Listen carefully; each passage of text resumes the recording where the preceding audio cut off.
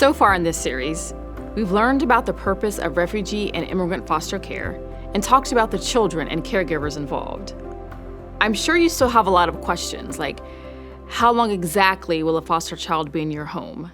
How will you be able to communicate with them if your family doesn't speak their language? How will you know what foods to cook? What if it takes some time for the child to trust you? What if their behavior is confusing or overwhelming to you? How will you pay for their food and clothing? These are good and also very important questions. The goal of this video is to address each of those questions at a basic level so you can make an informed choice about whether to take the next step to become a foster caregiver.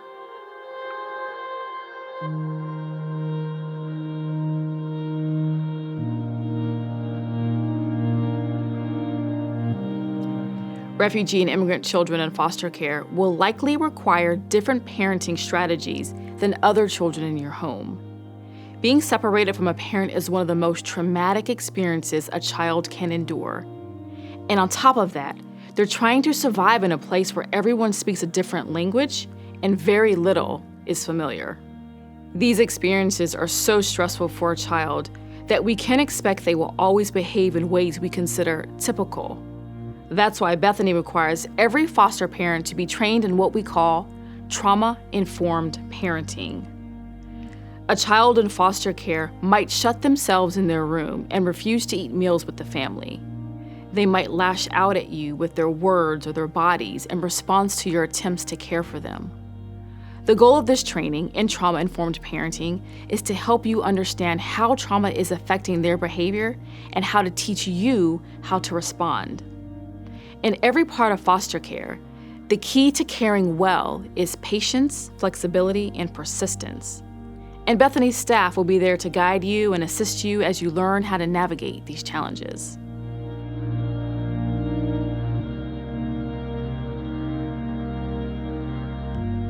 You have your kid from the day they're out of the bellies. You know their personality. You know what they like and dislike. A lot of these kids, they come to you on first day as stranger. And a lot of them come from a lot of scar, a lot of emotional damage, a lot of hurt. When they first come, they refuse to call us mom and dad, But I told my wife, I said, listen, I did the same thing. I did not want to call my foster parents mom and dad because it's hard to do, because it's not easy, but time slowly come, They just call it naturally, and that takes time because you don't call someone mom and dad overnight. Because before they come to us in the refugee camp I've heard the stories from them is definitely no way they living a kid's life. They tell me, why there's not a job to do? We need to do something. We can't just sit around or go outside and play. That's a waste of time. And I said, no, that's what kids do. You're supposed to be a kid. Those things that they didn't know they could do. So they're not. That's the part that made me feel like I can at least give them that time of their life.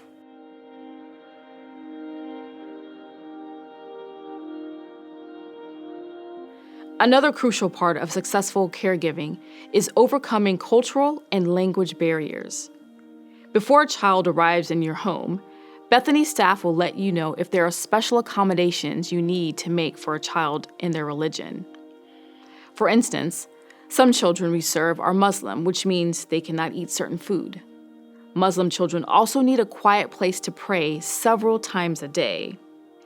The best way to overcome cultural barriers is to create connections between your family's culture and the child's culture.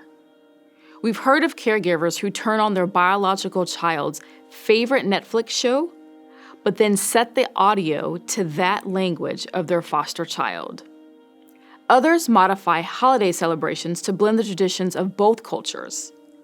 Often, foster caregivers cook meals that combine familiar elements to the caregiver's culture and the culture of the child in their home. You can use similar strategies to overcome language barriers. You don't need to be fluent in the child's language. Even learning a handful of common words can make a child feel welcomed and understood. Some foster caregivers use a translation app on their phone to help them communicate. Bethany can also provide translation services as needed. Overcoming these barriers is a challenge for sure, but it is so rewarding and even life-changing to build meaningful connections with refugee and immigrant children. And I'll say it once more. The key is patience, flexibility, and persistence. Long-term foster caregivers receive a monthly stipend to pay for food and other expenses. Your child will receive free medical care as well as regular therapy and support from Bethany staff.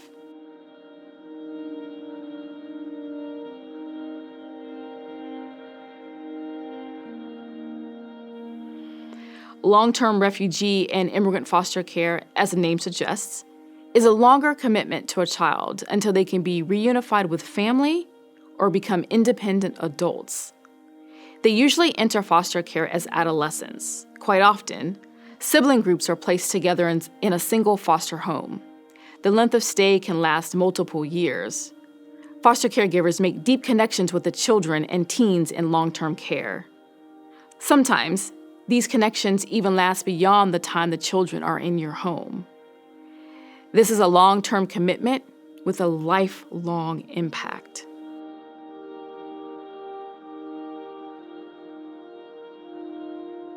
Just be patient, have a heart of assisting them, and be open. For my culture, we want to be open as much as possible.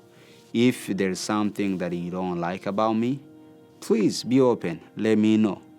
But don't tell me that everything's okay, maybe it's not okay. Just trying to be open to me like I am, maybe are you a son, so that I can be comfortable to you and sharing, what is my concern. Because if you become open to me, I'm gonna be open to you. But if you are hiding something, maybe I will hide as well. When I came, I was actually living here in the Chelsea. I was feeling lonely because I was feeling like, okay, my God, after I want to be independent, where am I going to go? How am I going to start, And then my blessing, I called it a blessing parents who came, took me on the time even I didn't even have to speak English. I was just speaking French. They took me like their own kid. They make sure that I have education. They make sure that I'm going to school.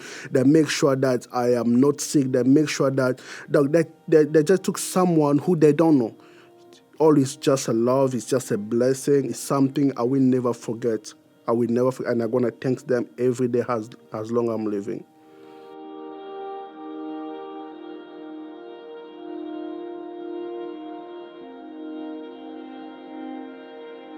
In this series, we've only covered the basics of what it's like to be a foster caregiver.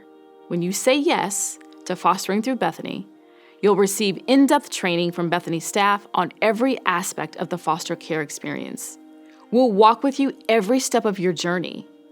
If you're ready to take the next step toward becoming a long-term foster family for refugee and immigrant children, please go to bethany.org/longtermfoster to get started.